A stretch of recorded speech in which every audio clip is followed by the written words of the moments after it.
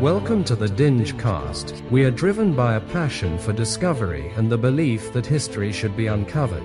Our mission is to reveal the hidden realities of the past to bring history into the light. Welcome to the DingeCast.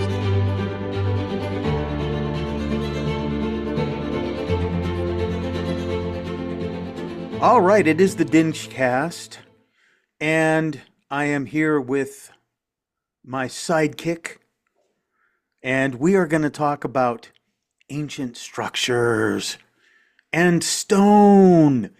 Today we are going to get totally stoned. No. Is it 4? No, it's after 420. We missed it. Yeah. Yeah, but we're going to get stoned in a positive way with these amazing structures, and Mr. Behind the Scenes has got some amazing slides to show us. So let's just kick it off. Where do you want to begin here? I mean, you've made such a great presentation here. I got to tell you, this is one of the top presentations I've ever seen on the topic. I'm trying. I feel bad because my goal was to make this more entertaining, and I feel like I became a professor with a slideshow, but it's okay. Yeah. If I'm a professor, then I'd like to think I'm a decent one, or at least an entertaining one. So yes, indeed you are, sir. I say this is a topic that, I mean, I can't remember how many years ago, how many decades ago I became interested in this, and I've never let go of it. And I feel like it's always fragmented, right? You see an article here, you see something on social media here, you read a book.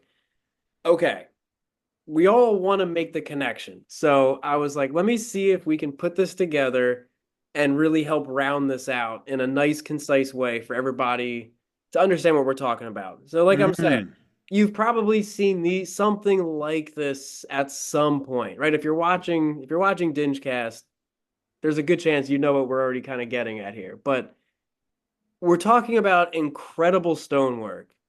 And not just one example, right? This is global. No mortar. So precise you can't even fit a razor blade between them. And they've survived earthquakes, weather, for centuries.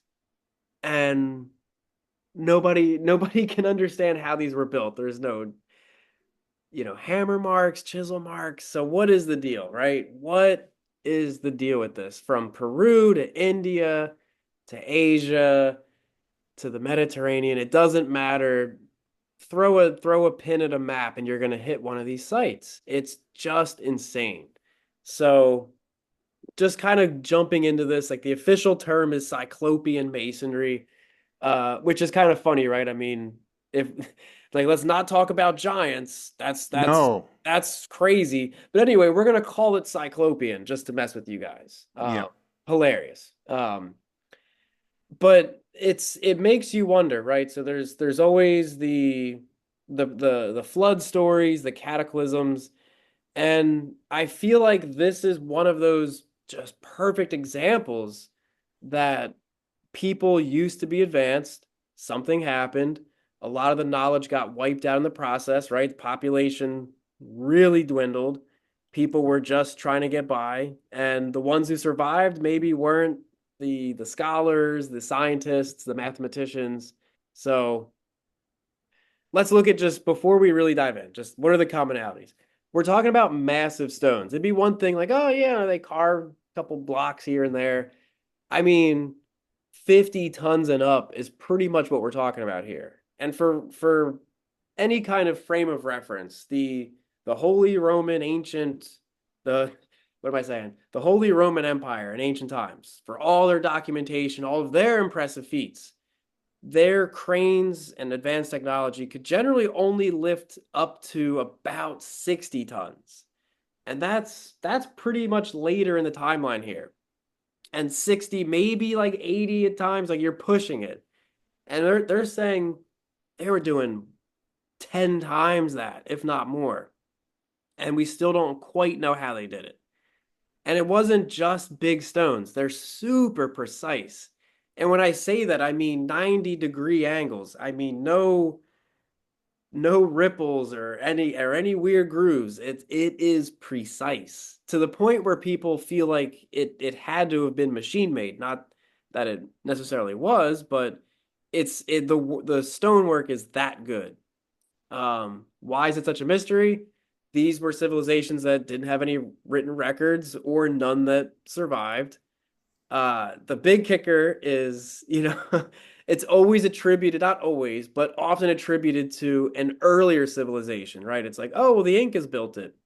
Not according to the Incas. They said that somebody before them built it. We see the same in Egypt. And then, as if all of that wasn't impressive enough, giant moving and cutting giant stones.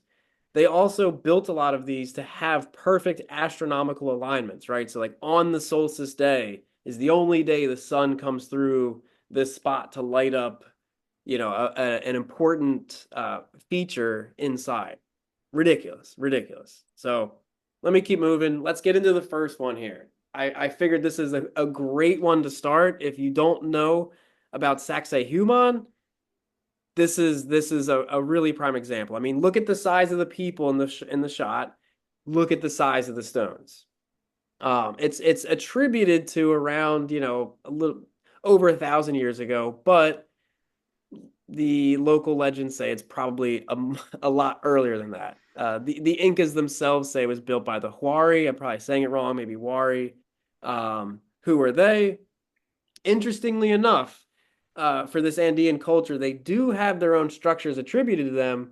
You can see in the shot here, not as crazy as the stonework we see in other places, but either way, I mean, this is kind of muddying the waters to say, well, this is their work and this is something else. I mean, different people, different times, different stages of their civilization. But the point is, the Incas say that these people built them, and that's incredible. And then, of course, like I said, and we're going to see this over and over again. That, well, what happened to them? They were wiped out in a great flood, according to their myths. Just absolutely crazy. So, why is this site special? I mean, I'm trying to show you some pictures that show you the scale of this location. We saw some close-ups so you can see the details of the stones. Now you can see just how big this is. But then again, how did they even do this, right? These are very hard stone, so it's not even easy to carve, let alone weighing 120 tons. Then cutting them so precise, lifting them, fitting them together, no mortar, they're still standing today. And I will get into this in a minute, but there is a little bit of a controversial theory that they had tech to actually melt these stones into, maybe not like liquid, but melt them enough they could be malleable like clay before they dry and harden again. Super interesting. I mean, and like, look at these. Look, it just, everything fits perfectly together, and it's still standing today. But again, like, it wasn't built by the Inca according to the Inca, which I feel like I can't repeat that enough. If we want, like, well, the theory says blah blah blah. Okay, but the people from that land say they didn't build it, which is pretty interesting. Um, Astronomical alignments. We don't have to get super deep into this. It's not the total point. It's more about the actual masonry work itself. But I have it in the slides in case you want to read along as we're going here. Like I said, earthquake proof. Look at these angles, David. Look at these. I mean, it really is reminiscent of something otherworldly to me. it looks modern. Like It how does. It absolutely looks modern. It looks futuristic in a strange way. Yeah. yeah, I could look at these pictures all day. Yeah. It's mind blowing. And I mean, I picked these sites for the reason of the megalithic aspect, but we could look at sites that are smaller that have even more precise stonework. I mean, we'll have to we'll do like a whole episode on that because And you're probably talking about the stonework up at in proximity to Lake Titicaca. that's a big area for this stuff. Yes. Yes. The conquistadors did demolish a lot of it with dynamite, according to their records. Unfortunately, that Mm, there's remnants of temples, but even what's left is impressive, yeah. which again makes you wonder what the heck used to be there. Hmm. Or even that whatever they destroyed was what they felt needed to be destroyed. That what was left behind was, oh, that's fine, whatever. And we're still impressed by that. That's Hmm. insane. Yeah. And anybody who's really studied this knows already, like the knobs, right? And Strange again, knobs. we see this around the globe too. This isn't even Yep. a regional thing to Peru or attributed to the Incas or Andean people. Um, I mean, my first thought always was this was a way to transport them. It's almost like handles or to tie. I don't know, but that's a very basic, primitive way of thinking about it. But the angles are crazy. And then again, I mean, the magnetic aspect, you could look at, Coral Castle in Florida as an example. I believe that I can't remember the guy's name, but that his thing was that you could electrically charge the stones that had some magnetic property that would, while it was activated, it would temporarily um, have an opposite charge to the gravity or something. So it would make these really heavy stones seem lighter because of the repelling Mm. magnetic charge there. And he used that to set the stones. Who knows? But it's interesting given the fact that the stones do have magnetic properties.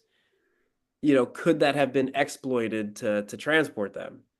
It's nobody knows for sure, but I'd say it's you can't really rule that out.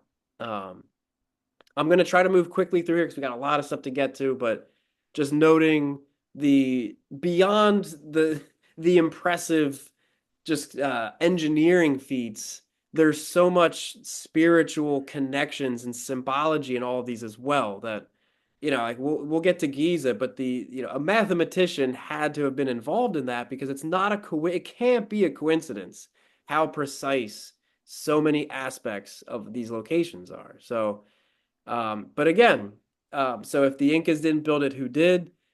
You know, there are theories that this all dates back to that end of the Younger Dryas kind of time period, which so much really seems to butt up against that. So just keep that in mind as we move on, that this was one location. Those are kind of the patterns. We're probably going to see those repeated.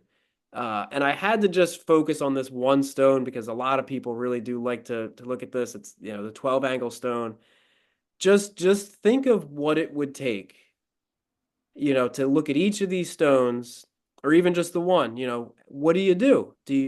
Where do you begin to carve that into that shape for each one to fit perfectly together? Hmm. It's crazy. So, okay, let's have some fun. The stone melting theory, right? It's like, oh, well, that's crazy. There's no evidence of kilns, and there's not. We haven't found anything yet. If that was the case, or if that was even how it worked, maybe, But the point is, like I said, that it almost appears as if the stones could have been softened just enough to be molded a little bit like clay before they harden again. And then this was really interesting too, that while there's no marks of hammers or chisels, people have said that some of the edges and corners do have kind of like a melting or bubbling kind of look to it as if it was heated at one point, which is really, really interesting. And then again, the way they wrap around, maybe it's just the human mind that we know what clay looks like when it's how it acts, and our brain gravitates towards that being a correlation, but it's not impossible because, right? So here you go. Like a lot of tribal legends have spoken about a plant that could melt stone like wax. Hmm. And the idea of extinct plants that had these properties isn't crazy. I mean, there's what, like Renaissance paintings of fruits, and I guess just fruits that no longer exist. It's like that's not a raspberry. That was some random thing that was in Italy at the time. So it's not crazy to think there used to be a plant that could do this, or maybe it's still out there in the jungle, right? We haven't found it. They keep finding new things all the time. Um, and it's not like, oh, well, who said that? Some crazy person? No, Percy Fawcett said it. Okay. So, I mean, that gives me a little more interest in that. And, and of course, it's like, oh, well, it persists in fringe archaeology. It does just because we haven't found the plant. So that just makes it a myth, but I can't let go of that as a possibility. It's just it's too plausible.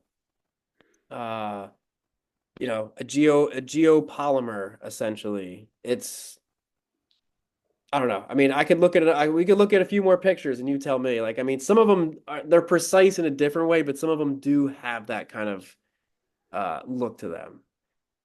And then again, the magnetic thing. These are all theories. So I'm not saying this is how they were built, but because the fact is that nobody knows how they were built, leaves it open to interpretation.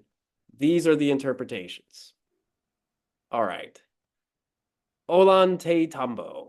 This is it almost looks the same, right? I mean, Yep. when I first started studying Peru, I had to really take my time and geographically map out all these locations. They are a lot of them are close together. Some of them are pretty far apart, but it's interesting that the style is so consistent. But I mean, hopefully you can really see the details on your end, but like look at that interlocking design.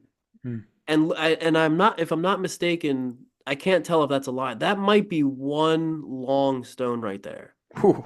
I mean that's at least 80 tons right there, if not Jeez. more.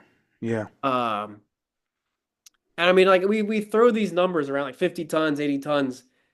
I mean lift a 500-pound stone. No. Get a couple buddies and you know what I mean? It's like 50 tons. Oh my gosh. And again, like I wanted to, we're looking at the close up. Let's take a step back. Okay. Look at all of the stones. That's the Mm. point. It's not like, oh, they put 5 stones together. It was really impressive. That is a fortress built like this that Mm. is perfect still today. And again, so it's like, oh, that's pretty good. Let's take a step back. Even bigger. Even bigger. All these, I mean, these obviously aren't megalithic stones, but how long did it take to build all of this? It's just mind blowing. And then I had to put the fountain in. There's a whole lot we could talk about, but just again, does that looks like modern architecture? Like who had the time to put the little, whatever that not a beveled edge, but just the it's remarkable. It's like a vaulted yeah, like a vaulted design. And I don't know if that's I don't know what kind of stone that is, but it's definitely not easy to carve into. Just for a little aesthetics, right? It's just a little fountain. Let's make it perfect. Mm. Like, are you kidding me? So I love it. Puma Punka or Puma Punko, rather. Sorry. So we're moving a little bit over here in Bolivia, but let's keep in mind the similarities here. So we're kind of deviating a little bit. We're branching out, but this is another wild site. And again, same thing. Civilization that predates the ones that we were familiar with, attributed to the work of giants or gods. And we were just saying before, it's funny thinking, were the giants just the Neanderthals? Have we not given enough credit to these guys? Like they were hunter gatherers. They weren't sophisticated. I don't know. Maybe let's leave that one open ended, right? Yeah. And then Yeah. This is the one I was talking about. This is located near Lake Titicaca. it is, yeah. Yeah. And And this is where the precision is just so precise. it's mind blowing. And even beyond that, I mean, what would these look like interlocking joints, right? I Yeah. mean, was this an incomplete project? Are we, oh, this was the Holy Temple site. Was it, or was this an incomplete construction site? These were about to be hauled somewhere else, and it was, construction was interrupted. Who knows?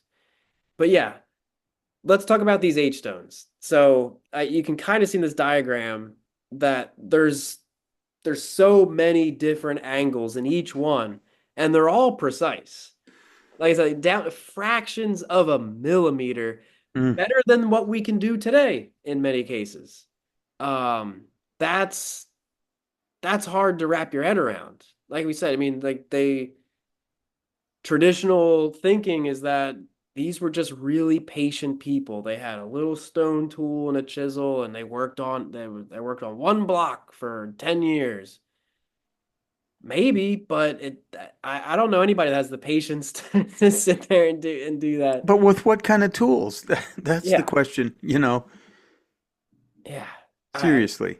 Yeah, I mean, and it's like if that was the case, then yeah, you were going to be out there for a long time. And again, no chisel marks. I mean, even if you had stone tools, I mean, how do you get a straight line? You can barely get a straight line with anything without some yeah, it's mind-blowing.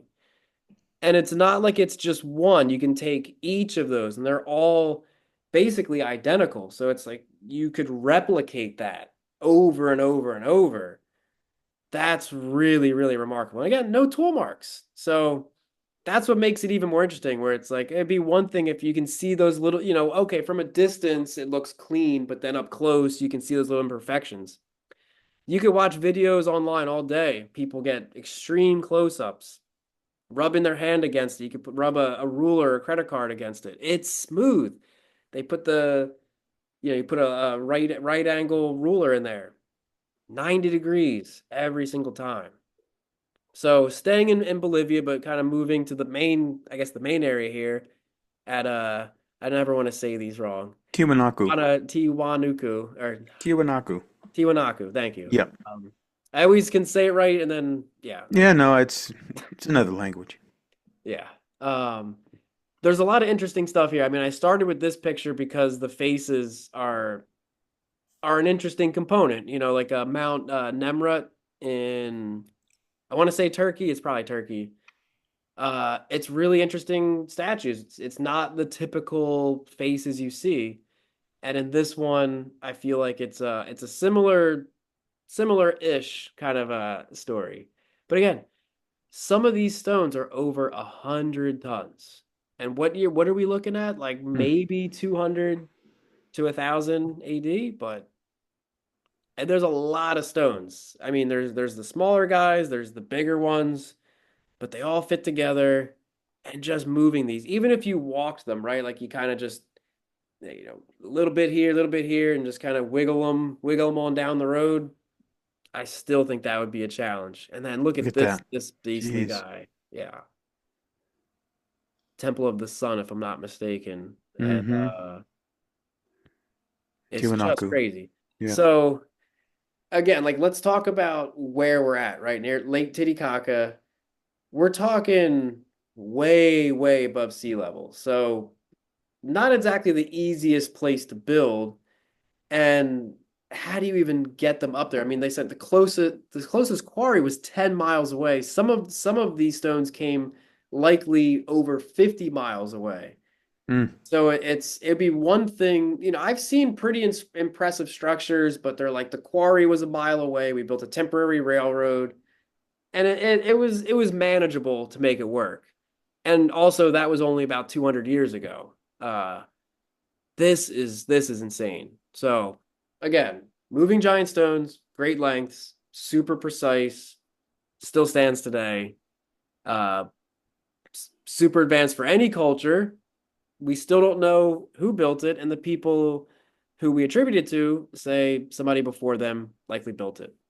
If you need another reason to kind of want to get deeper into that, like I said, the stone carved heads are super interesting because it seemingly is a diverse ethnic uh just group of different faces and features, right? So the Olmecs is a big one, that they have more African features than other South American civilizations, which makes you wonder who really were the Olmecs. And in this case, it's super interesting because it's not even consistent. It's a big mix there. So was this a multicultural center way back in the day? And if it was, that's insane because it ties into so many of these, fringe theories that there were early seafaring people, there was contact, everybody wasn't so isolated. And South America, according to all of these theories, was a big hub for that. And if there was any location or evidence of that, I feel like this is a really good place to start looking deeper into that. Okay. One of my favorites. One of my favorites, Baalbek. Uh I always joke the Romans get all the credit, right? The Romans built this. They did, but they built the stuff at the top. And before that, the Right. Phoenicians built some stuff. And before that, we don't know. We don't even know. What the Phoenicians likely built is impressive, but whatever came before that is something different. So here's the people. This right here is one block, which I'm pretty sure was one of the 800 ton stones. That's about 62 feet long and Hmm. at least 12 feet tall. 800 tons, and that's about, I want to say, 23 feet off the ground. Uh, and you could talk just about that one stone for 10 minutes because it's just crazy. But and every single one of these stones is wild. The same precise stonework, all fitting together. I'm pretty sure this is a mortarless build too. Still stands. It's just crazy. So to give you some perspective, this was uh the tomb of the pregnant woman or lady is what they call it. But the point is, this is the quarry right near the temple of I think the temple of Jupiter is what we were just looking at, or it's in there somewhere.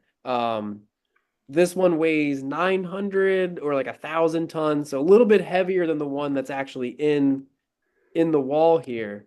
Mm. And they never finished it, or they never got it out. But just to show you the size of that, with the guy standing on it, that they somehow were quarrying these guys, lifting them, moving them up the hill, then raising them, dozens of feet to set them perfectly with the other stones. We really could do a lot more on Baalbek. I don't know if there's anything else you want to add, David, before we move on, because I just love this location. Yeah, yeah, it just really begs the question of what kind of people, if that's the word, that inhabited these places. And I wonder if what kind of skeletal remains that they might have found there, but who knows? Yeah. They might have found these, much bigger people, but we don't necessarily get to know all that because, you see, whoever discovers the information controls the information. So, whether it's the Vatican, who has a history of hiding information, Yep. or whether it is the Smithsonian that has a history of, Indiana Jonesing everything. They don't want us to know because they want to control the narrative around the people that live there. They really want to make us believe, something more conventional. And I'm not okay with that. I want to know more, and I want to know why, because the why is the real thing that we need to know. Why were these civilizations built the way they were? I mean, even in our modern culture, we don't build civilizations that are that impenetrable. No, no. Yeah, what could still be standing today, right? You talked on the last episode, the Life After People show, Yes, and it's like all of our stuff is gone quick, gone. and this stuff is still here, and like Yep. all things considered, not in terrible shape.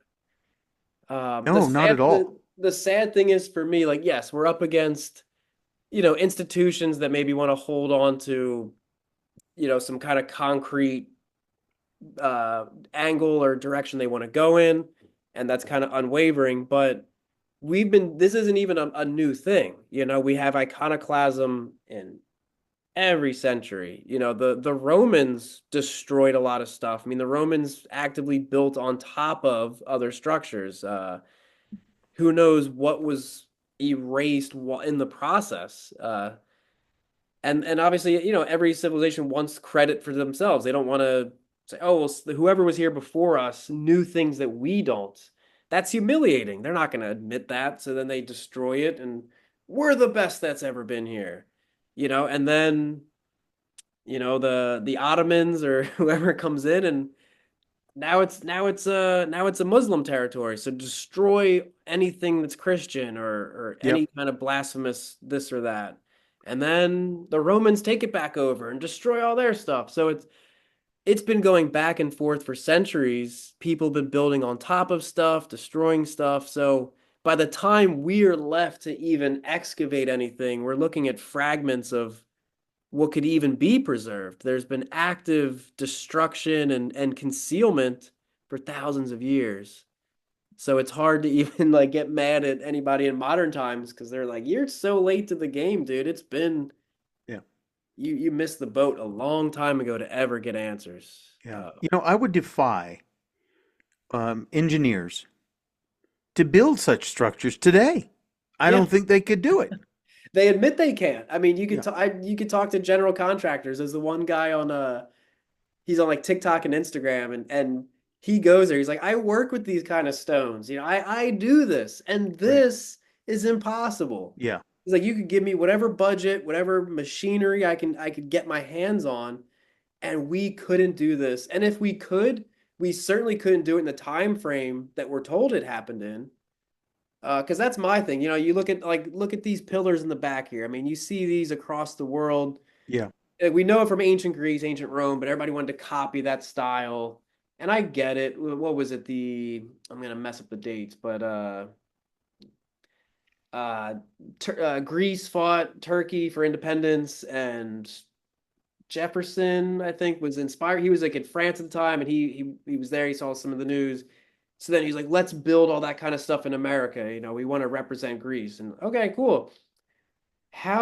Show me who carved all of those pillars in a matter of months and then built it. It's crazy. That's a whole other story though. Yeah. But I uh want to make another point is that do it. they built it for longevity. And so that also begs another question because we are told that, human civilization is around 6,000 years old, at its peak here. How is that even possible? Objectively speaking, Yeah. they built these structures to last millennia. And we don't build our structures to last, thousands of years. We build our structures to be perishable, which is really weird in my opinion. Well, I mean, you're right because think we're saying hunter-gatherers had the foresight to think long term, Yeah. not a temporary structure to keep us safe for today, but we're so well off and secure, we can invest resources in all of this stuff to make sure it's here forever. That really makes you wonder how well advanced some of these civilizations were to even Yeah. have the luxury to do this. But Edward Bernays, if I'm not mistaken, is his name, like Yeah. a propagandist in the 1930s. So it's like really made the world disposable in the way it is today. Hmm. And that's probably a part of the reason why everybody, fast fashion, get it cheap, throw it out. Why nothing lasts long because we have to sell you the replacement parts too. Just to give Uh, you an idea, I saw a documentary about fashion. And when you talk about just objectively speaking, the fashion from the high fashion, like the Versace and all of the very expensive fashion, down to the lowest level of fashion. So the output of the high fashion, let's say it's 1,000 garments a day, then you go all the way to the cheapest Walmart fashions, and it's up in the millions that are produced every day. And so what they're trying to do at the lower level is they're trying to substitute the quality for the quantity so that people buy something brand new every month. So they buy a new piece of clothing, whether they need it or not, every month. You see the disposable nature of all of this stuff anyway. That's I'm making yeah. a point. No, it's true. Like it's funny because I have like rugby polos I bought in eighth grade, over 20 years ago, and it's thicker. It's like a little bit thicker. It's better stitching, and it still holds up. It looks great. Every wash, it doesn't Yep. pill. And then the stuff you buy now, yeah, it's cheap, but after so many washes, you're like, It's ah, gone. Yeah. colors fade. It's not comfortable anymore. Falls apart. Yeah, it's terrible. But And the other thing though that begs a question for me is because of the fact that maybe people were here, for thousands and thousands of years inhabiting these various cities before, even before the Younger Dryas, that they knew that there were cataclysmic cycles that occurred, and that they were building their dwellings and their structures to withstand cataclysm. Ooh, yeah. Think about that one. Why? Yeah, okay, you're right, because hunter-gatherers, why would they be planning long term? No, they just move on. There's your answer. They're like, it's coming again. We want to be prepared this time. Well, and that's the thing that Yeah. people are beginning to discern about the Inca calendar. They wanted to try to figure out when the next cataclysm was going to occur. Ooh, yeah. So I'm just Yeah. saying, the human race has been here, and again, what it is that they believe they found under the Great Khafre Pyramid of Giza. Who knows what preparations were made for cataclysmic events that were predicted. And of course, we don't, there's no way to predict a cataclysmic event. Even now, I mean, we can watch space rocks as they move around, and from the Kuiper Belt and all the rest of it. But think about now, thousands of years ago. Yeah. Did they have that kind of astronomical precision to be able to track an asteroid that was coming close to Earth? No, they didn't have that, unless they did. Yeah. Man, that's something. Yeah. It makes you wonder. And you know what? This archaeology that we are up to here is all about the wonder. These are the wonder years. We wonder, and then without wondering, you're never going to have any answers. You're never going to unearth anything. No.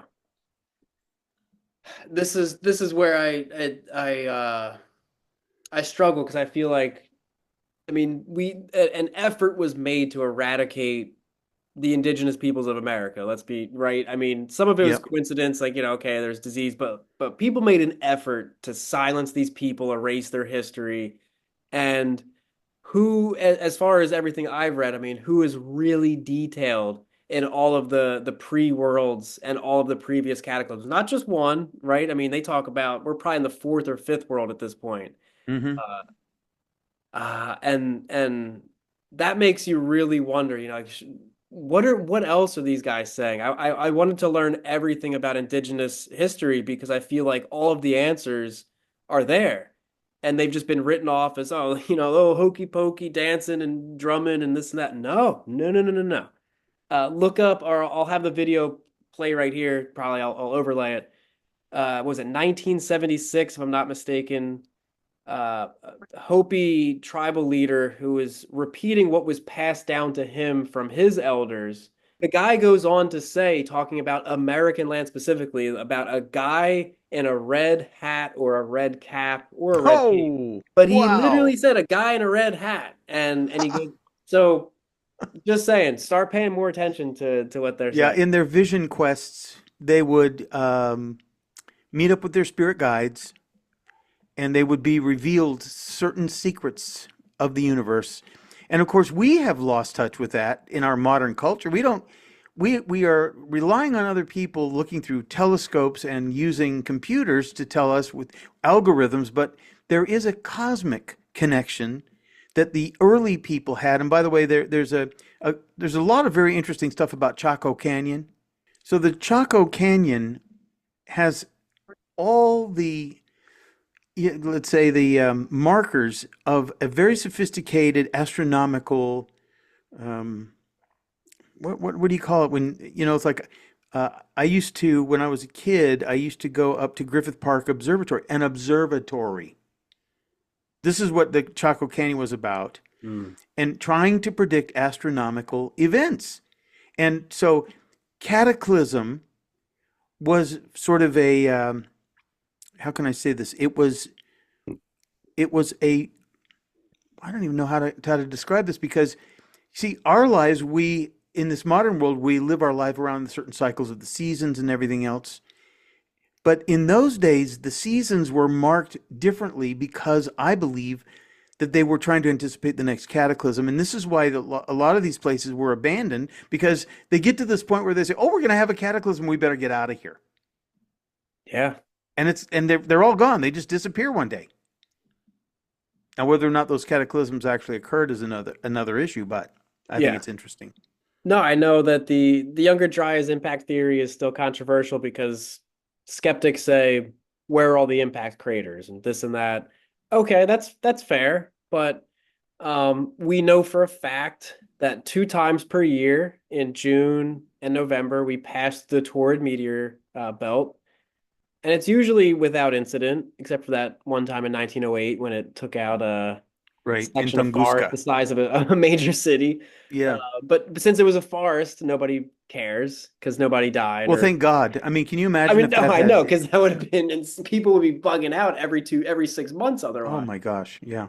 Um, but the theory is that yes, that possibly during the late tail of the Younger Dryas, every 6 months we were really getting the blunt end of that meteor shower, and we were getting fragments hitting Earth. And if you were in one of those hot spots, you were definitely going to move. You were not going to stick. You're like, oh, every we keep getting hit. All these fireballs from the sky just keep destroying us. Why would you stay there? Of course, you would move. Of So, course. yeah.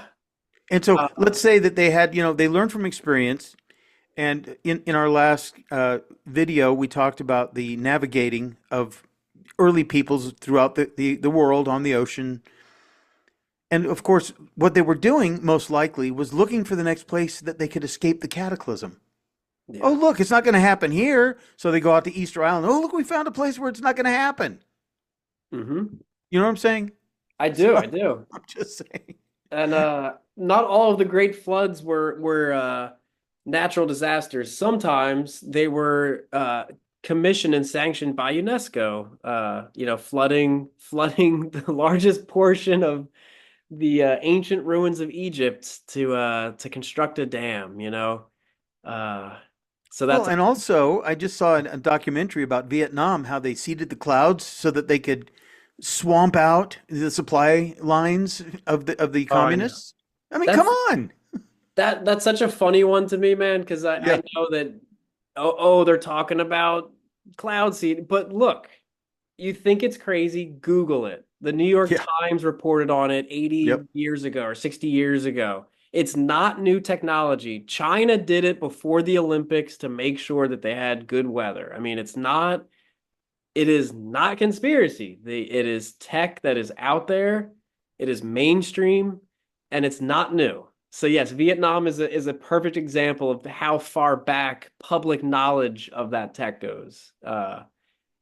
Not to get Well, off, and but listen, if we want to get really weird, let's get but weird.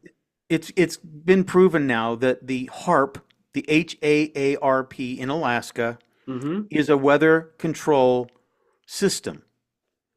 And so that what they want to be able to do is they want to be able to create tsunamis or typhoons or weather events rather than using nuclear weapons. Now, to me, that's kind of smart. If we actually have to get into a war with a hostile enemy, it's better to use the naturally existing forces of nature than to use unnatural forces of nature, if you know what I mean. Yeah. I'm just saying. I mean, and even let's play for a sec that they obviously it is a military operation, but if they didn't have combat goals with it, or if they had secondary goals with that tech. It could be in their mind to prevent natural disasters, right? You say, oh, well, there's going to be a hurricane.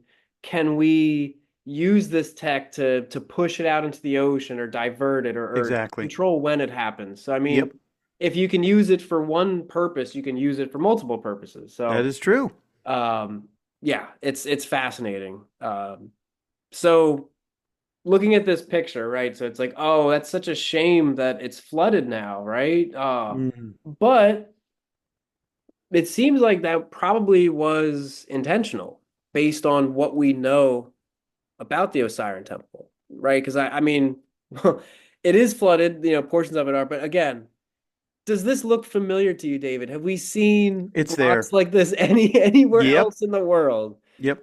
Uh, this is where to me it gets interesting because I mean these are they're not Baalbek level stones, but they're up there. They're pushing big numbers here to get stones this big. The interlocking design, I mean, this looks like Inca, not Inca, obviously, but this looks like Peru. This looks like South America, and this is Egypt.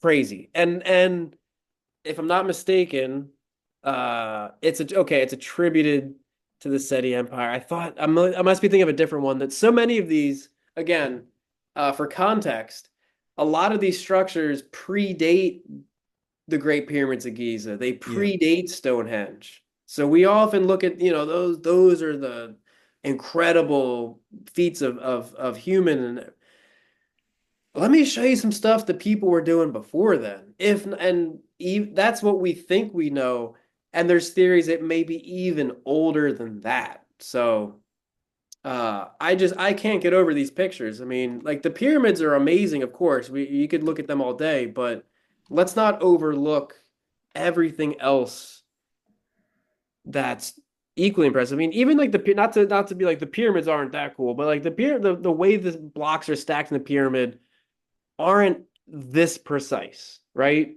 I mean, this is serious engineering to accomplish.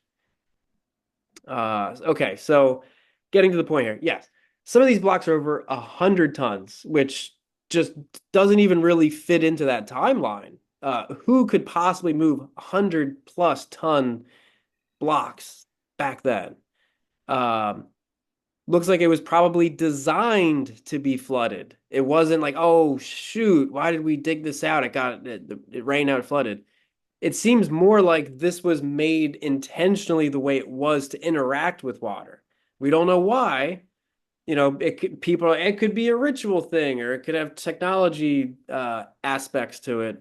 Both are possible, but the fact is, we just have no idea. If I'm not mistaken, this is one of those temples or sites in Egypt that there are no hieroglyphs. There's not markings. It's not decorated like a lot of their sites, so it is very mysterious. We just don't really know. Yeah, they're blank. They're different from even the temple above. So again, this is the whole thing that it almost gets tiring to have the same things repeating of, oh, so what was built on top of this temple is of a lesser quality, and whatever was older than that was way better. And we don't quite know who built it, how, when, or why, and all of that. It's the same story all across the world. Mm.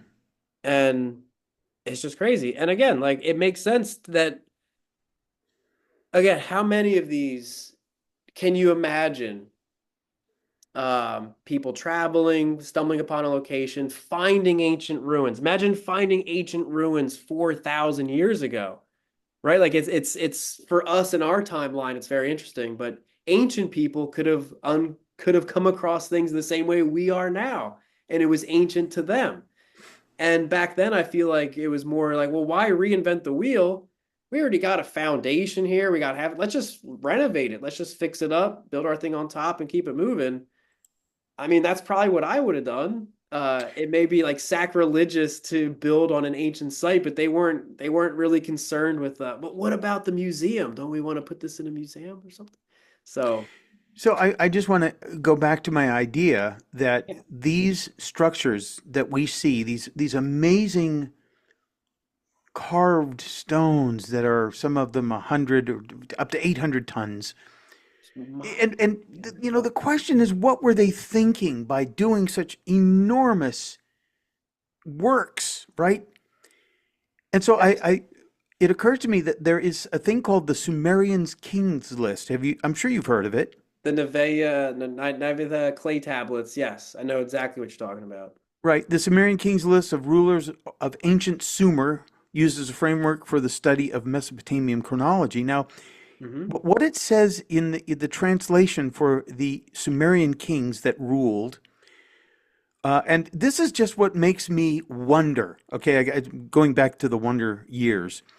After the kingship descended from heaven, this is what it says about these kings. The kingship was in Eridu. In Eridu, Alulim became king. He ruled for 28,800 years. Say Algar, it again. Now, how yeah, long? this is a Yeah. translation from the Oh, Sumerian oh, list. no, I know. Like they people all lived to be like 600 plus years old back then, right? According to the tablets. Here again. Yeah. But it begs the question, are they making this up, or is there something to it? Now, again, Alulim became king. He ruled for 28,800 years. Al-Algar ruled for 36,000 years. Two kings supposedly ruled for 64,800 years, just between the two of them. Now, again, let's just use modern mythology.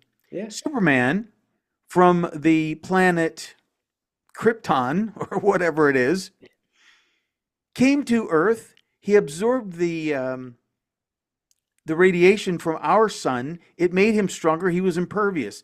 What if there were beings that were somewhat impervious to time?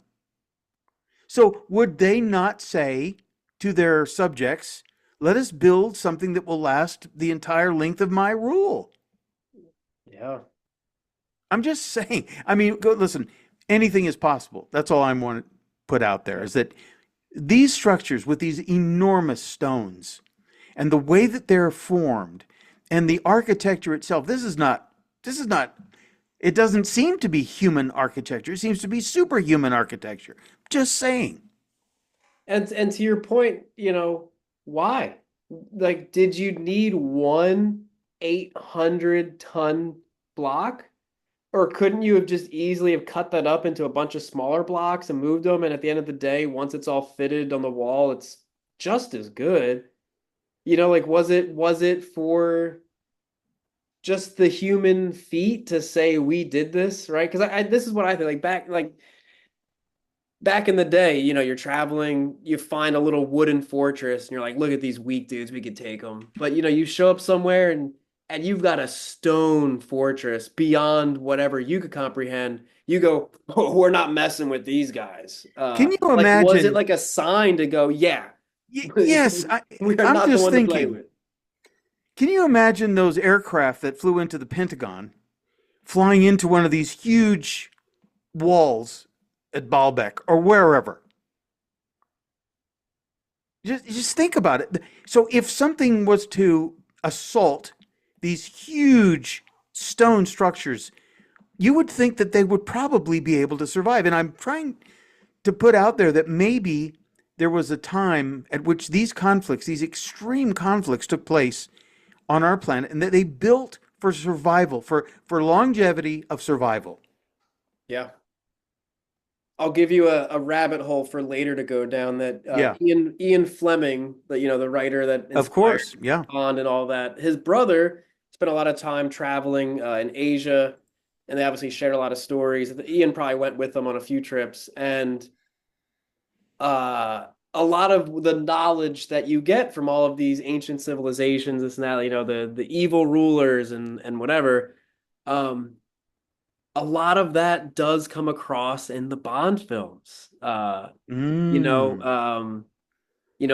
types of technology that they would try to harness. Yes. I won't have to get into it, but it's an interesting. Ooh, I love that, like, because where I was did a he get all those huge James ideas Bond from? fan. Yeah. And you're just like, maybe he was taking, we'll call it, fringe, history theories at the time, and he was like, this is good fodder for a nonfiction story.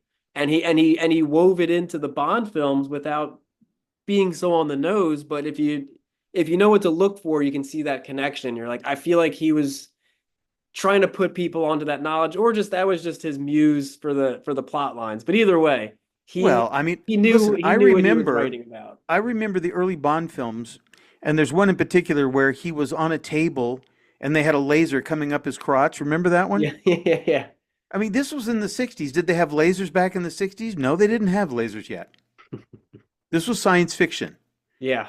But my point is, one of it was like weather manipulation or something. There was Yeah. this kind of, like weapon of mass destruction like that. So it's right. it's something else. Yeah. Yeah.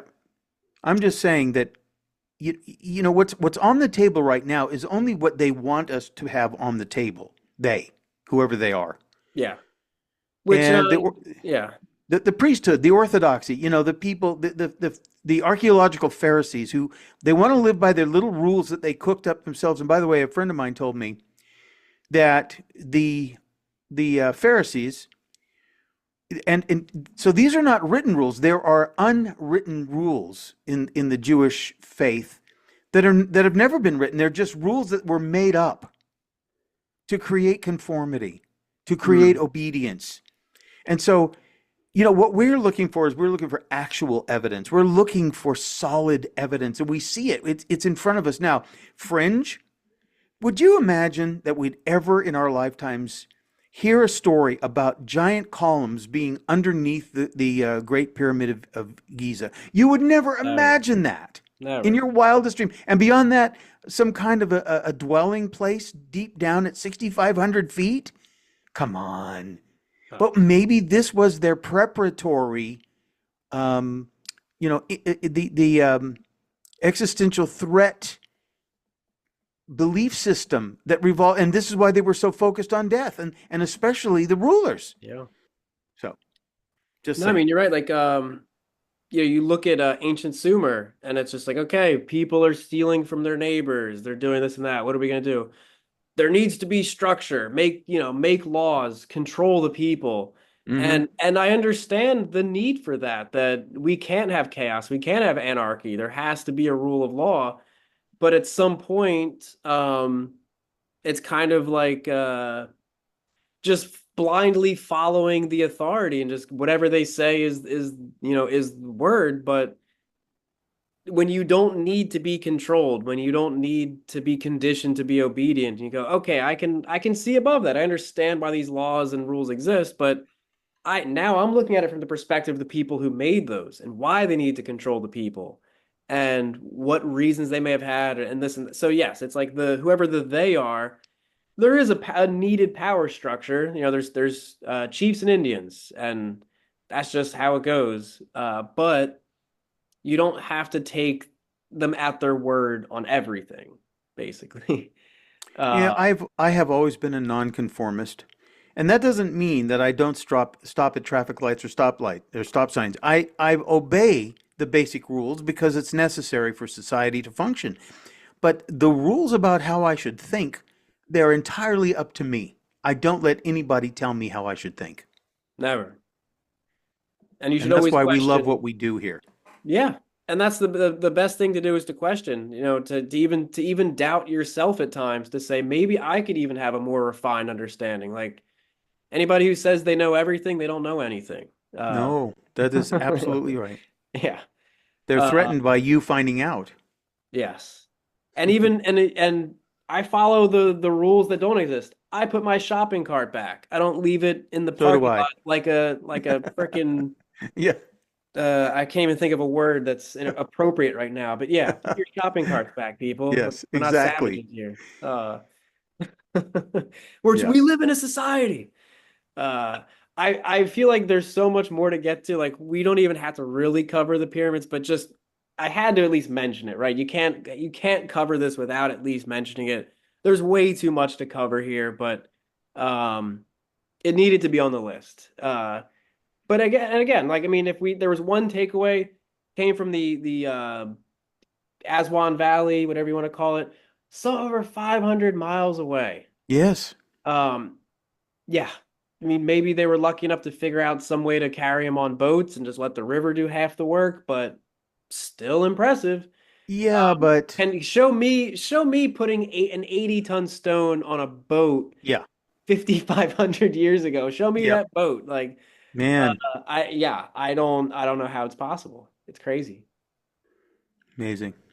Now, boom, everybody. I mean, probably most people's favorite. Another one I could talk about for forever. I mean, people have to just, they put a sock in my mouth whenever this one comes up. So the reason why this one is so exciting, if you're not familiar, is this was a find. How long ago was it? Is it like 60 years now, maybe? But and there's the Karahan Tepe, which is even older. Yeah. There's other parts of Turkey that are underwater because, again, everything was flooded after we made dams everywhere. But the purpose, or what's important about this one, is it doesn't fit into that timeline we used to be taught. That nobody at that time, 9600 BC, should have been doing stuff like this. They're saying they were just hunter-gatherers. They had these straw huts. They were doing this and that. And then we find this, and it's it's just beyond what anybody thought possible. And they've come up with explanations for, okay, so they made the stone pillars. Here's how they could have moved them. And the tech is possible. I'm not ruling that out. But the point is that you guys told me that nobody could have done this back then. And now we have to update what we thought we knew because this is crazy. Uh I don't know if this is pillar 43. I think it is, but because you can go pillar by pillar at Göbekli Tepe. But Yep. uh some fun things about this one. We've got what appears to be the three handbags we see all over Mm-hmm. the place. I don't want to get too deep into it, but there's been a lot of theories about stuff. I'll just point out what I think I know, what I've heard, that a lot of people say this is a spider. I think it's like a more like a crawfish. That's a crane. These guys are actually eels and not snakes.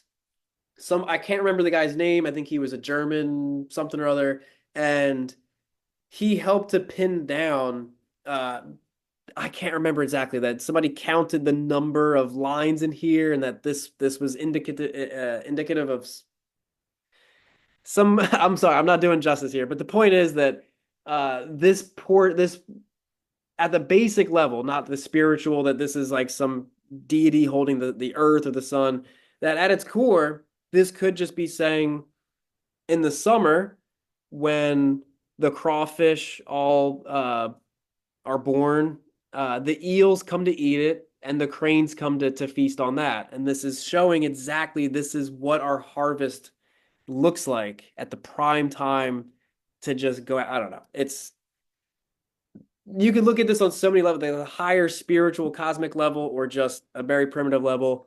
The point is nobody knows how to interpret these.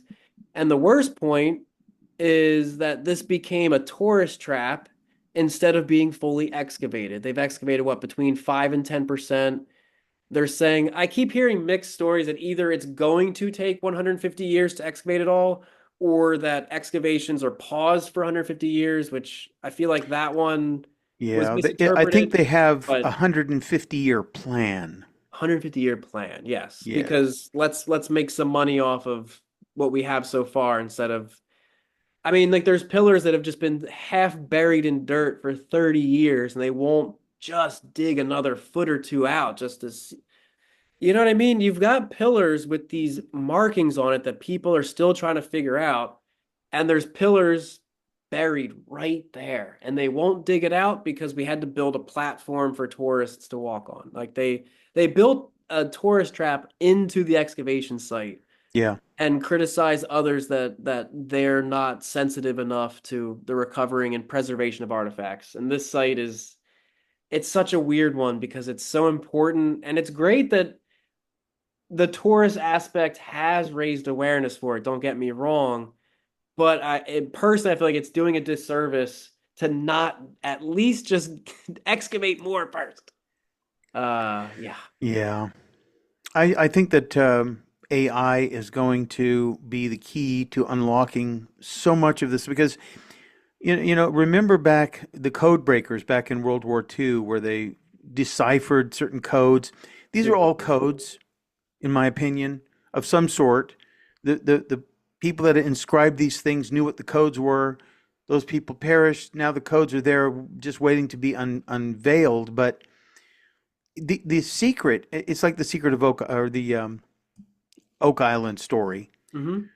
That you know the bits and pieces that are uncovered as they work around to try to figure out how to get the gold out of the trap. Those are the more important things to me. I mean, maybe there is gold on Oak Island, but who cares at this point? Because there's a story that's being told, and I think that these stories have to be told, but they're not going to be told by humans necessarily. They're going to be told by machines. Yeah. Just because it can analyze all of Yeah. that better, to say, not just I'm going to look at each pillar and think about it. It's you get, okay, scan 50 pillars, consider where they're located. Is there any Yep. astronomical alignments? There's this and that. the computation is just faster and better than what we can do. Totally. Yeah. And the patterns, they can establish the patterns. I mean, the Voinovich manuscript, you know what I'm talking about? Remind us what It's the some details cryptic on that thing are. it's got pictures, but it's got an unknown writing in it. That was like northern Italy, right? Something like that. Yeah. Yeah, okay, So yeah. It they has fed it like into an, botany pictures of like weird plants and stuff. yeah, exactly. Yeah. So I saw something the other day about that, and that they've fed it into an AI program, Ooh, and it's starting to make sense of it. So I'm saying AI is it's a invaluable tool for deciphering things that we would take lifetimes to understand. That's all I'm saying. I'm with you. Yeah. And just to tie back in earlier points, like he's like making this built to withstand the test of time. How important were these symbols to make sure people remembered, right? That they took the time to make sure that whatever cataclysm happens, this will still be here so people remember. Mm-hmm. And if we don't know what they're trying to tell us, our work isn't done. We have a lot more to do. Uh, so let's have fun. This is another super early site. I mean, look at the dates here. They don't even know. I mean, I've heard all kinds of estimates, but I put it in about 6,000, 7,000 BC. And this isn't a giant megalithic structure like the others, but I had to put this in here because it still is a stone structure. And again, like having astronomical alignments, it's some kind of calendar. I mean, in how many countries do we see, even in Illinois, in America, that there was the mound builder people had I think there were wooden stakes, and it's a perfect way to calculate, each season, equinox, on the day. Like I said, it's not huge, but it is very old. It predates a lot of other stuff. I mean, it predates Stonehenge. So it makes you wonder, right? Like, is Stonehenge just a big one that everybody clings on to? But was the idea of building this stuff already pretty common, right? So, and then I So, guess, yeah, go ahead. well, I was never personally that impressed by Stonehenge. It's like, okay, but let me show you something that they discovered, and I'm going to ask you where you think this is. It's blurry. I'll just say Mars because I don't know. You're correct. All right. You All are right, so correct. what are we looking at there? You're looking at a circle of stones on a mound. Yeah, What the crazy. heck is that doing there on Mars? Along There's with so other many anomalies monoliths on that are, Mars too that I yeah. we have enough to figure out on Earth, but oh my gosh, when we start getting into Mars, yeah, Yeah. people are not ready for that. Whatever we do find, uh, yeah. Yeah. Oh, let's not even go there right now. Yeah. I know you like this one. The Yanaguni Monument. Yes. And Yes. I had to be really careful getting the pictures here because for whatever reason, this is like a hot spot for people making their AI images, and there's all these articles that are like this and this. It's like, ooh, that's not a real picture. It was super Oh no, convinced. that's So real. these are the ones that I can say with pretty good confidence. These are authentic pictures. The debate with this one is it natural or man-made? I have seen stones that, crumble, fall apart, or, natural events happen, and they do break away in these nice kind of lines, but this one just there's something about this one that feels a little bit more man-made. The where it is on the sea level matches what would have been above sea level at the end of the Younger Dryas, which is Yep. like right around that sweet spot of when we have a lot of lost civilization kind of mysteries. So just to show you how cool that looks, but I think I've got a picture here. So this is a 3D model. That's not a picture, but basically if you took like a topographical scan, Yeah. that's the full scale of this. So to say it's naturally formed, when No. you look at the full scale of this and the design, it starts to look a little bit more man-made with like steps, and I don't know. I hope that they find more about this, or even more locations out in that area. I forget the name of the sea, but basically this is not alone out there. I've heard that they're finding hundreds, if not thousands, of submerged islands now. So what used to be Hmm. above sea level, they're like, oh wow, this 10,000 plus years ago, this was above sea level. So now they're trying to go and excavate underground and figure out if they can find any remnants of man-made structures. So it's hard to put this on the list because it's not a confirmed people cut and move stones kind of deal, but it's a massive stone structure. It is underground. It matches our timeline. So it's good to keep in mind as we try to piece this all together. I can move through this one pretty quick because I think everybody's at least heard of Easter Island. Now that we've talked about the other stones, again, each of these statues are about 80 tons. The oral legend is how do they move it? You can kind of walk it. You rock it back and forth, and it moves a couple inches each time. If you ever had to like move like an armoire or a big dresser, Or maybe a refrigerator. or a refrigerator, you've probably walked something at one time or another. Yep. So that's what they say. It is possible. I don't rule it out. But just think if you can look at how big those are, and that gives you some perspective like, wow, that must have been impossible to move. All right, go back and look at Baalbek. Okay. These Yeah. are 80 tons. That was 800 tons. Mm. So what, you're gonna move 10 of those at one time in one fountain? Like, whoa. And you couldn't walk that because you raised it up and stacked it on your structure. Uh, Yeah. Not to keep going back to Baalbek, but I'm always gonna keep going back to Baalbek. And then here you can see even these, not all of them were lined up in the one area. Some of them, oh, there's just some heads here and there. And then we dug them out, and they all go down. They're all huge. Mm. So yeah, Easter Island is its own fun topic to go down, but had to at least include it here because it's incredible that they moved these. Yeah, one of the most isolated inhabited islands on Earth. And we were talking about the Polynesians, sailing there 5,500 years ago, and it wasn't some off chance like, yeah, they went on this crazy voyage and just stumbled upon it. They found it, they knew how to get there, and they went back. They went back and forth over and over again. Um, just crazy.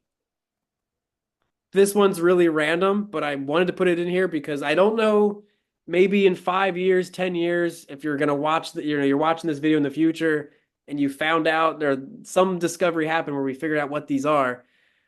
It's like, could they be naturally formed? Yes, maybe, but there's so many of them. And here's the thing with the geometric precision, some are 99.8% perfect spheres, which is just crazy. All right. It's just So crazy. Break it I'll down. riddle me this, Batman. I'll try. What do we see, especially more and more, in our skies? Oh, I don't. I mean, Spheres. yes. So maybe they were trying to sort of copy what it is that they might have been seeing at some point in time and say, here, look, we have copies of what we see up there, land here. Yeah.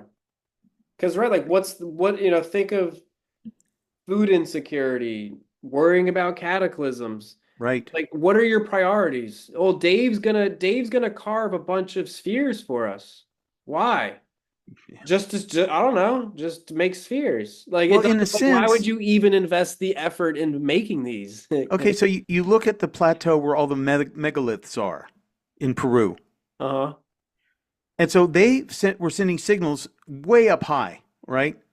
Well, you can't do that in a forest or a jungle. You've got to have a clearing somewhere where you can put some kind of an indicator that you're interested.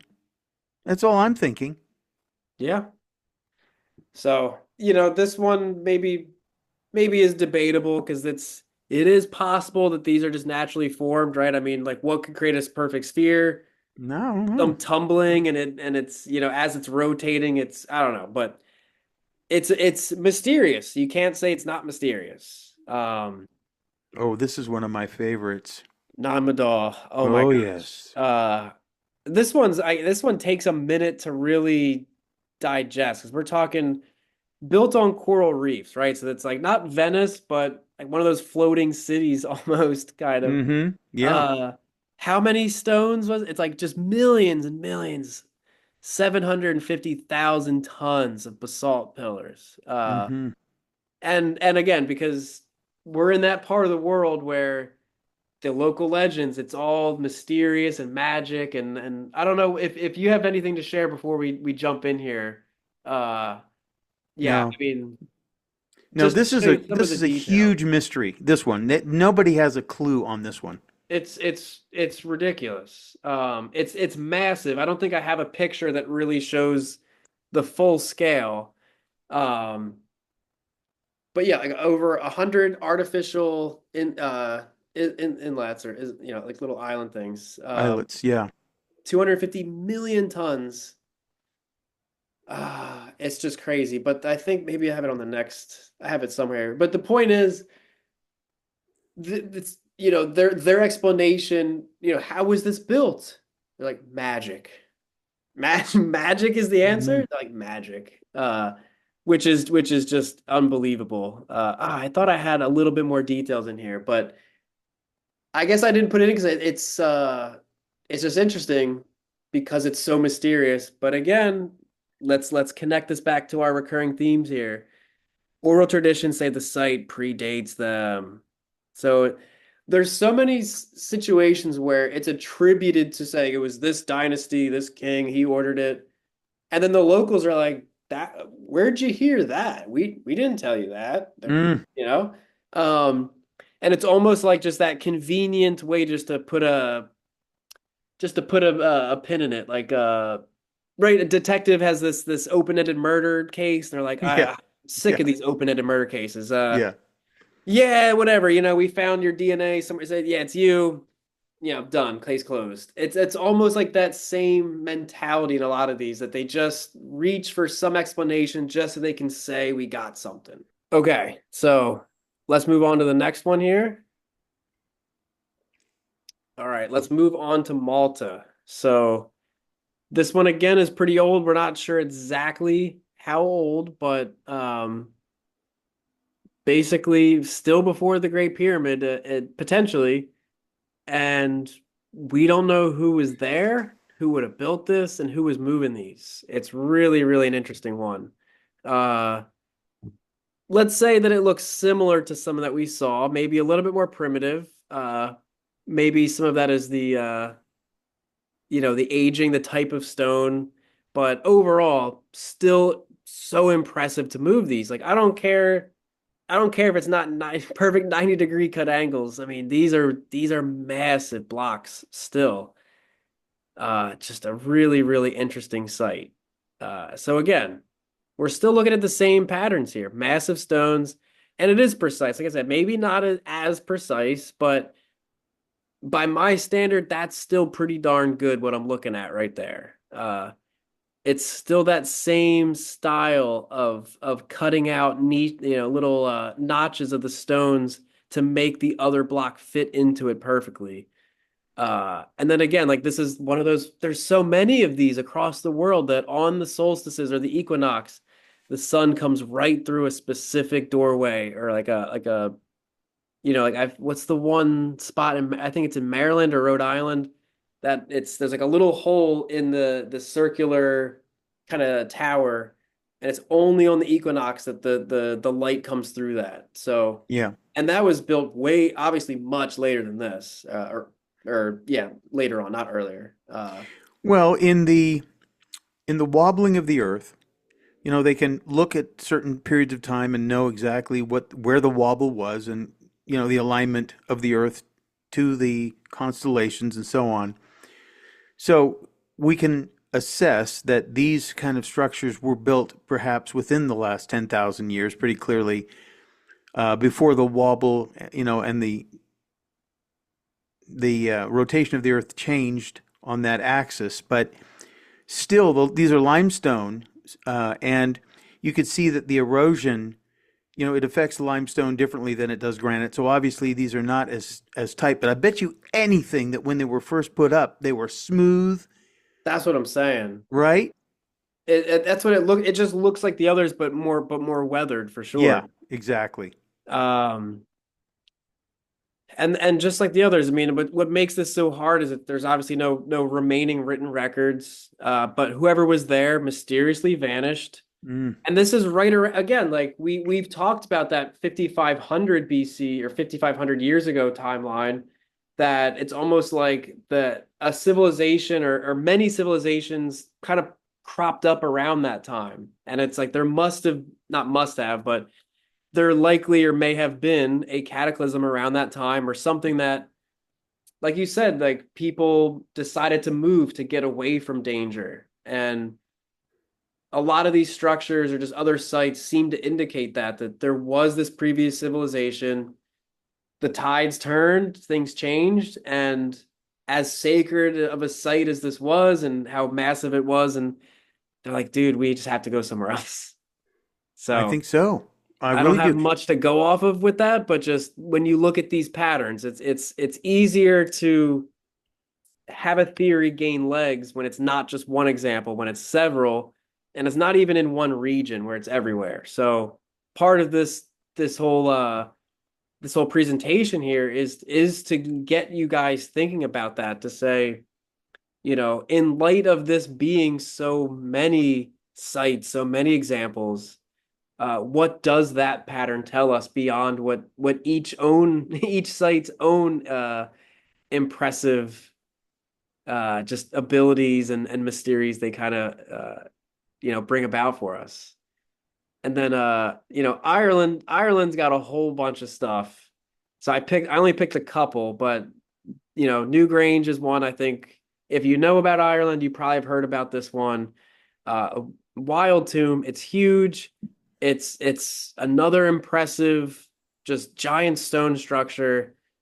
You can see obviously the walls, just how those were stacked, but then beyond that, I always like the circle of life. I don't know what the spirals necessarily represent, but you see that symbology all over, and it's kind of that, circle of life, or just life is circular and not linear, just the rebirth, all that kind of stuff. And Mm. which man, I mean, that's a whole other I keep saying this, like that's a whole other topic, but it's true. Um, I've seen a number of similarities in indigenous American cultures compared to Ireland. Just saying. Yep. It does make you wonder. There was the Irish monk who allegedly may have sailed to America, pre Columbian contacts and all that stuff. So I I can't call remember what, BS. what the exact quote was, but that it was like, these people came and they were speaking gibberish or something. I'm like, yeah, that sounds like Irish people.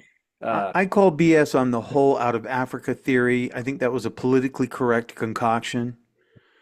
And I do believe that there are people like, we talked about the Homo floresiensis who were found out in the Micronesia, the little Mhm. hobbit people. I believe that there have been people all over the earth for millions of years, and the fossil evidence provides a lot of validation for that idea, and that people are starting to warm up to it. Why do we have to have people coming from one place, one group of people coming from one place and occupying land? Because I don't see African lineage in American Indians. I mean, how long have the American Indians been in America? Yeah. Thousands and thousands and thousands of years. Who knows how long? Yep. Who knows? But my point, anyway, my point is, we got to call the BS on the orthodoxy, the Pharisees, because they are the scribes and the Pharisees. They write everything down, and because they wrote it down, they think it's dictum. It becomes law, but it's not law. Mhm. It isn't law. It's nonsense. Yes. And I mean, and it's like, consider the sources, right? It's like, well, it came from a Yeah, very reputable source. Yes, but right. in the 1800s, right? And Yeah, were those the people that said, well, Africans don't feel pain, so it's okay to torture them right. and have them working in the fields today. They don't feel pain like we do, Yeah. so it's Or they're fine. they're they're only, 2/3 of a human. Yeah. Come on. So that's the scientist that you're getting that your information from, or Yeah. the, you know. So Thank you. and there's, you know, how many structures in Africa they're like, well, clearly this had to have been, you know, Europeans came down and built this because no one in sub-Saharan Africa could have had the capabilities of building this. That's offensive. That you, if you still stand by that, that's insane. Uh, Yeah. so, and just to Oh, show but like look the, at how you know, beautiful awesome that is. tunnels and everything. I mean, Wow. it really is a cool site. And Yes. so, Mm, you know, mm, super old, obviously. It's huge. Again, another solar alignment kind of thing. Like mm. that how many of these you have to consider the fact that you needed the engineers that knew how to do the grunt work of it. But then you had to have somebody who also said, okay, well, if we're going to go through this trouble, let's do it a certain way. So there's this, you know, spiritual aspect and artistic, you know, mathematical, cosmic, there that these structures represent their knowledge, right? That these are monuments of knowledge, you could say.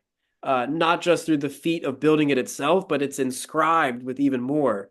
Uh, that alone should give you pause to really question what these people, how much these people knew and how much capabilities they had to demonstrate it in such grandeur. That's people today can't even comprehend that. We don't do things like that anymore. It's just not a part of our culture. Um, Part of it, you know, still waterproof after all this time, no Wow. mortar, moving massive stones, no written records. Nobody knows why it was built. All it's like the same story everywhere, right? I mean, I'm like repeating myself, but that's the point that we can travel all around the world, find structures that maybe they some of them look different, some of them look pretty darn similar, but the story's pretty much the same everywhere you go. Um, Scotland, just another cool one. It's you know, it still is a stone structure that took a lot of work to piece together. Trying to just make sure we get through everything here. I'm trying to think if there's anything Yeah, really. it's interesting to note that these two last slides that you showed were around from around 3200 BC, 5,000 years ago, and older than the pyramids. No, Oh no. yeah, yeah, that's yeah. Why are I they said that so, meaning what yeah, they tell how they what they tell us about the pyramids. Yeah, of course, I agree with you on that. Yeah, no. What is their investment in trying to measure everything against the pyramids, first of all? Because they have a narrative that they want to push, that they want us to believe. And whenever somebody tries to say, well, you got to believe that, well, it's like, no, thank you. I think I'll make up my own mind. yeah. Yeah. And just this is just a random thought, but it's interesting to me how many sites have only been recently uncovered or Yeah. rediscovered, you know, in our timeline. It's always like the 1800s or 1900s or more recent that, you know, there once upon a time there was a civilization that could build like this, right? And then that kind of went away. We did a lot of other stuff, but there was how many centuries where people weren't exploring, weren't conducting searches like this. Do you know what I mean? Like it's weird that there was this big gap throughout history that it's like there was all this stuff was lost. And then for Mm, centuries, people were distracted doing other things. And then right hmm around the same time, it was like we all got back into this and started finding all of these again. It's just interesting. You know, I'm reminded of one of my favorite, who was it? Robert Swift, Swiss Family Robinson. Hmm. And what they got stranded on an island, and then they had to build a world. Same with Robinson Crusoe. And I have a tendency to believe that a lot of these places ended up becoming little cultural centers for people that were explorers for whatever reason, got stranded, and Yeah, started to build their own society. You know, that they're just makes not weren't sense. isolated, groups of people that just somehow found themselves. I think they were explorers. I mean, that's what I would do. It's like if you get lost and you're like, there's we're never going to find our way back, so we're just going to die. Let's just Yeah, start over here. Let's get comfortable. that's what you have to do. Yeah, it's very interesting. Hmm. Okay. Ah, here's the good Dun, gun, dun, dun. gunung, balang. Okay, so a Oh, lot to say here. The short of it is, yes, it's all destroyed, probably I can't remember earthquake or whatever, but all these blocks at one time or another were like these other structures. They were stacked. This one unfortunately was largely destroyed at some point, but uh there's a lot of research trying to be done around this right now. Some of it is getting a little bit stonewalled, but hopefully they'll get the permissions and permits they need to really get in there. Um, but the real takeaway from this one is that while whatever date they may attribute it to, there's a lot of evidence and theories that suggest it's way older. I mean, I put like 10,000 to or 10,000 to 20,000 BC, but I've heard even older than that theories. Like I think the oldest one I saw I think was like 26,000 yeah. BC. Hmm. That there's reason to believe it's possible. And I maybe I've got another pic. I got another picture coming up that'll help show this. That well, let's just get to it. Ah, So there it is. Yeah. there's scans that have indicated that it seems likely that there are chambers under this, and this is a rendering of what the temple may have looked like when all the blocks were together. So this would have by far been the oldest pyramid that we found thus far, if it does date back as early as they said. Uh, are these chambers man-made? Were they lava tubes or just some kind of, naturally formed tunnels? And they built the temple on top of it, which isn't out of the question. We see examples of that all over the place. You find like a nice, like a cavern or something. You build a temple on top of it. So now you got this cool temple, and then you go through a few hallways, and all of a sudden you're in this like underground world. So not out of the question, but this one remains highly debated until we can get in there and get some more scans done. But this is a really cool site. If you're into this kind of stuff, like waiting for the news to come out of whatever the next thing is, it's gonna be big news when that does happen. It's just a matter of time. So I want to go back to the Sumerian kings list. Do you think that the ancient Egyptians or whoever they were that occupied the land before the current 5,000-year-old crop made this stuff up? That one king ruled for 28,800 years. This was Eridu. And Alalagar ruled for 36,000 years. Were there beings that were impervious to time? Because, you see, this is such an important question because maybe this is what the cover-up is really all about. And if you think about this pyramid at Padang, whatever it is, I can't remember now. Padang, Padang, it doesn't, yeah, just depends on where you're from. right. If you think about this, though, if it's 26,000 years old, now, again, what's the point of having chambers underneath it? Are those survival chambers? Because if there was a belief, and it would have to be a global belief about existential threats, there have to be global belief systems that govern global societies everywhere. Yeah. Some of those societies might have been advanced societies at some point. I mean, we still have on our planet today people living in, parts of Africa that are still living like they did 5,000 years ago. Just saying. Yeah. And for that knowledge or that, concern for a cataclysm, it's not like a flood or a meteor strike would necessarily hit everywhere, right? Is North America, Australia, Asia, and Europe all going to get hit? And they all had the same fear? Or was this shared knowledge from trade, from travel, that word got around all the way around the globe? Why, which is the bigger question, why do we see these themes all across the world? Why were they people in all these different pockets, different climates, environments, elevations, that should have had no contact with each other? all having similar beliefs, similar unknown masonry techniques, right? We don't even understand it, yet people all around the world back then had it down to a science, no Well, the other problem. thing that's really interesting is that look at the locations of many of these places up at very high altitudes. And what does Oh yeah. that tell you? Right? Yes. We And escaped that last flood or whatever it was, and now we're seeking higher ground. This one, this Gunung Padang, is the same thing. It's up on the top of mountains, almost impossible to get to. yeah.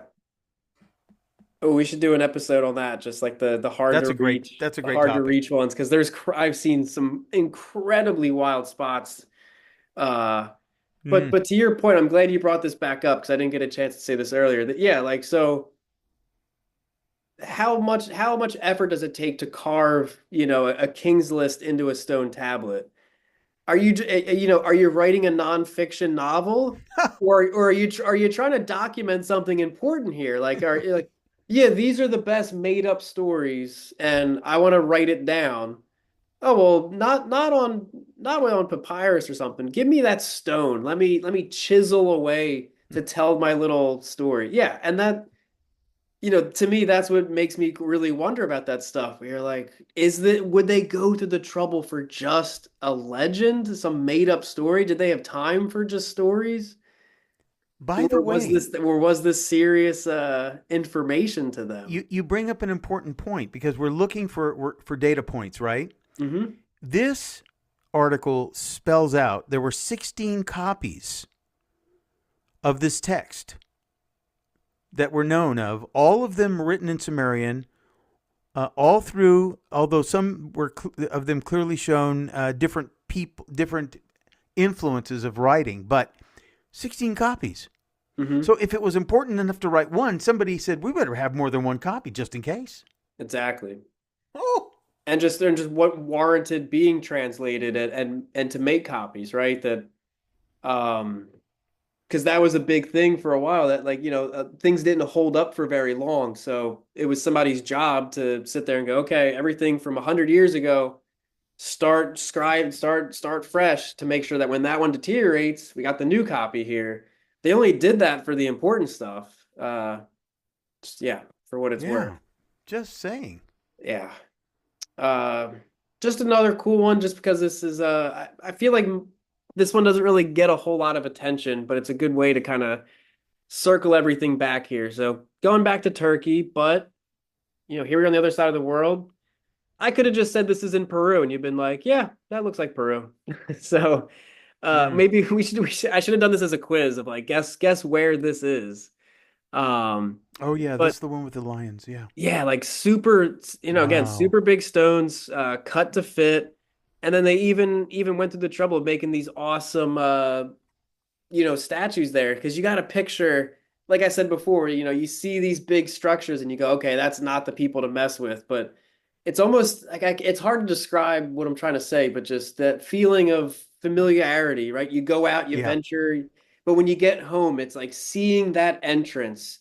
It's like, yes, this is that symbol of home. To Mm. picture the people that would walk through those on a daily basis. They were looking at that's the same exact stone that they were looking at. It's crazy to think about. Oh, look at that. Yeah, just Wow. beautiful. So, I mean, it's Man. it's a really, really interesting site. Turkey has no shortage of interesting sites. That whole area is just wild. But um, again, if I wanted just to tie in one of the themes here, you know, later civilizations built on top of an earlier one, and we don't know Mm. when they Mm. were originally built. Same story everywhere, right? Even in Turkey. So, Yeah, I like the and- concept of cultural layering. yes. It makes more sense than any because if you take a look at any city, especially in Europe, and we've talked about this a little Hmm. bit, the stonework and the building structures are built on top of other stonework and building structures. So, yeah, I mean, almost I would say every major city in the world has cultural layering. I think that's a wonderful Yeah. way of putting it. I mean, yeah, like just so many parts of Rome and just Italy in general.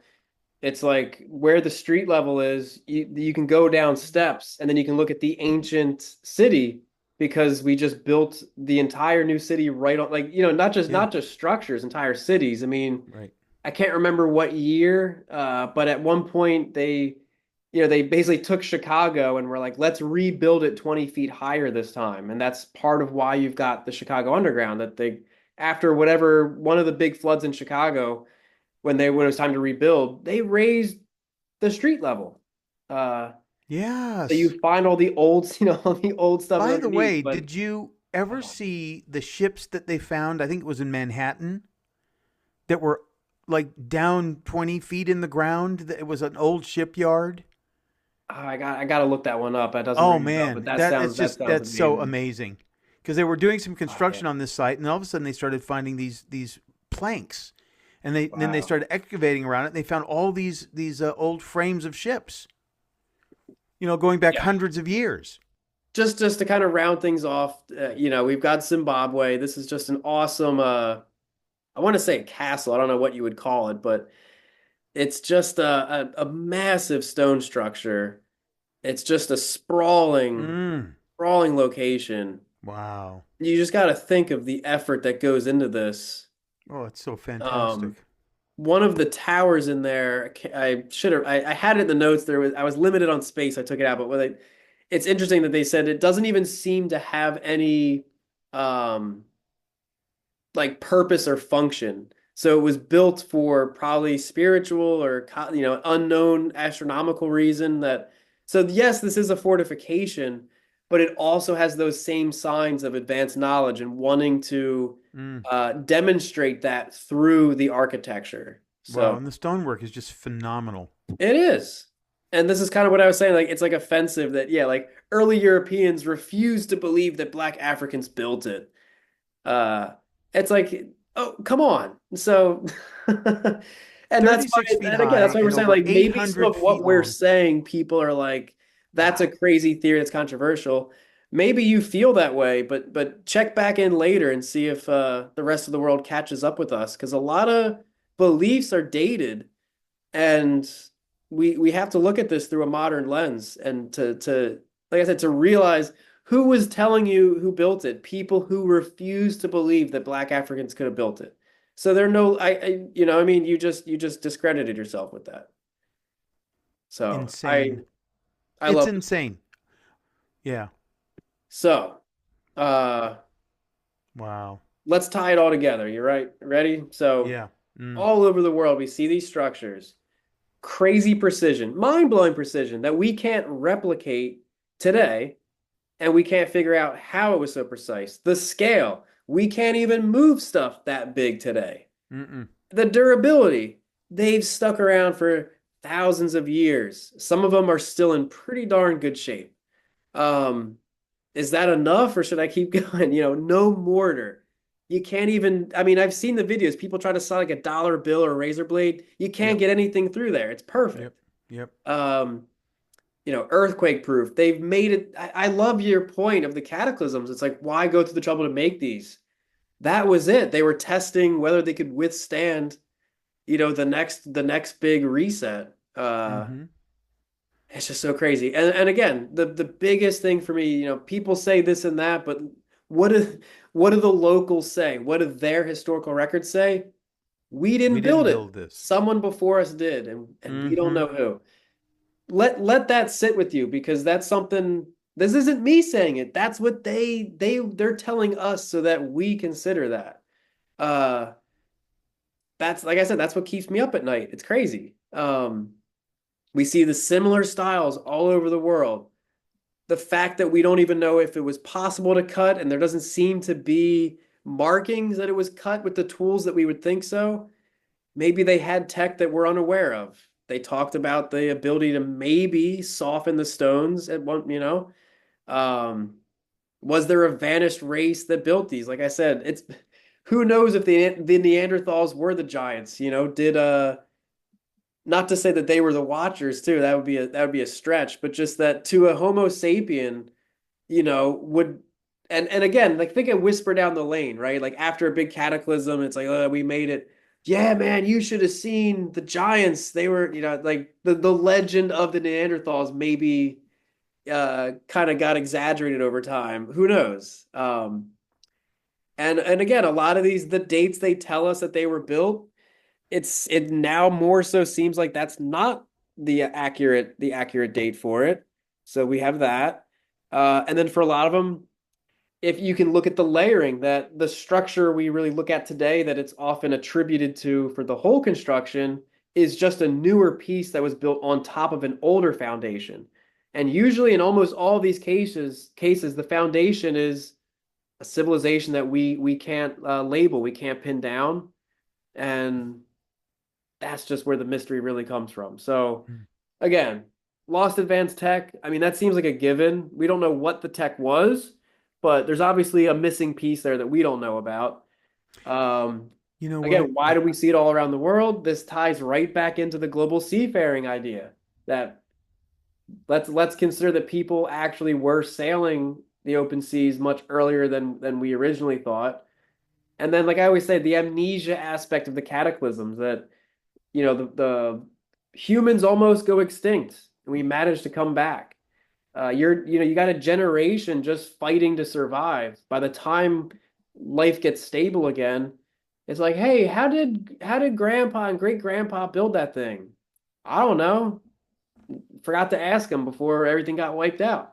There goes that knowledge. And then again, just yeah, cosmic, all the symbology. It's just so much. I can barely I can I can barely even wrap my head around this. So let's just leave it at that. Who built these structures? How did they do it? When even today we can't even replicate it. Um, there just has to have been some forgotten chapter of human history, and we're only finding the fragments of it now. But I'm ready. I'm checking the news. I'm waiting for my push notifications to tell me that another piece of the puzzle is found, and we can start making more sense of this. So Mm.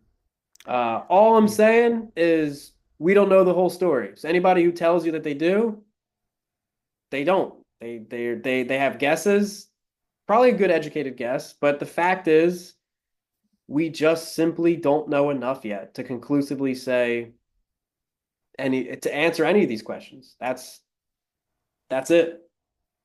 That's how I feel. Well, my closing thought is AI is going to reveal things to us that we would never be able to discover in 100 years on our own because of the ability of the algorithms to look at patterns and connect dots. But we also have to keep an open mind. I was just watching something the other day about supposedly there was a Stargate that was discovered, similar to what was in the movie, 9 foot, in circumference, 9 feet high, 9 feet wide, that had the patterns on it. And so, when it comes to people disappearing from various cultures, could it be that they figured out how to traverse wormholes? Because this is all part of what science is. The past, present, and future are all combined together at some level. There's no separating past, present, and future. It's all part of the same fabric of time. So I want to just leave that, and drop that in the box. Yeah, interesting. Well, I hope you guys enjoyed this one because this is one of my favorite topics to get into, and I know this was long, but this was the short version, to be honest. That we could do this for 10 more hours and really get into it. But Easily. I just hope that this has sparked the same curiosity that we have. If you're new to this, I hope that this has really opened you up to it, and you'll start digging into these locations and more. And maybe between the human mind and the power of AI, we'll figure this out, right? Isn't that funny to use our modern tech to understand previous tech? It's an interesting. I love that part of it. It's circular in some kind of way still, right? Or Yeah. cyclical. Yeah, Yeah. it's wild.